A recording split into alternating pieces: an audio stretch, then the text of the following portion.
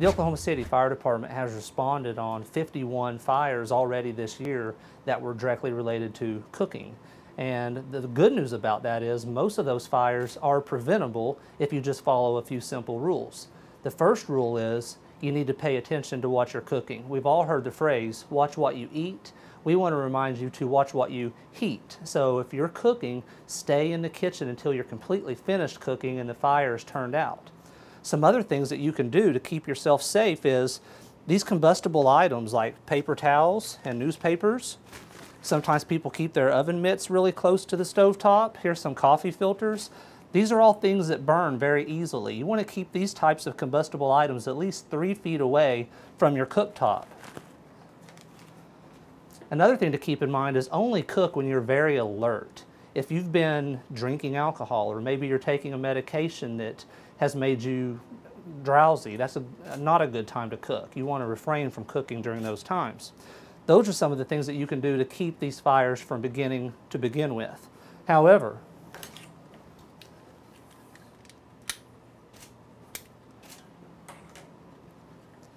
if you leave the kitchen even for a minute or less, you could walk back in and this could be what you find. The best thing that you can do if you want to put this fire out yourself is to make sure that you have a lid handy when you start cooking, especially when you're frying. This is where we see the biggest problem.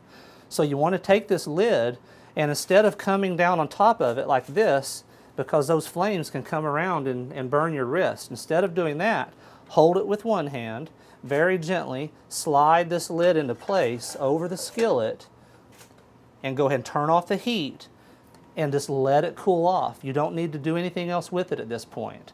Another thing that people think that they need to do sometimes is, I'm going to take this outside. Let's get this outside because I don't want my house burning down. But what happens is they pick it up, the flames are coming off of it, they start walking across their living room floor and either they trip or they step on a dog toy or it just sloshes out. All it takes is a little bit of that hot liquid, that hot grease coming out and coming into contact with your skin to cause significant burns, often third-degree burns. So never attempt to move one outside. Now there is another option. A fire extinguisher is another option for a skillet fire. This is actually what we call a Class B fire. That means it's a flammable liquid fire. Grease is considered a flammable liquid. This particular fire extinguisher is rated for classes A, B, and C fires. So you want to make sure that you have the appropriate fire extinguisher for the job and know that you know how to use it as well. The problem that you might have with a fire extinguisher is, number one, they're extremely messy. They'll do the job, they'll put the fire out, but they're going to make a huge mess. It won't be nearly as clean, quick, or effective as that lid would have been. And another thing to keep in mind with the fire extinguisher is you have to start back approximately 6 feet away from the fire before you use one of these because the contents are under pressure. If you were to just discharge the extinguisher while you were this close to the fire, you're more than likely going to slosh that hot grease out and it's going to burn you and it's also going to spread the fire all over the cooktop. The last advice I would have is, if you have a fire like this that occurred in your kitchen, it's always an okay and perfectly valid option to simply get out of the house, call 911.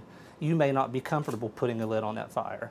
You may not be comfortable using a fire extinguisher, and that's okay. Our number one goal at the Oklahoma City Fire Department is your safety.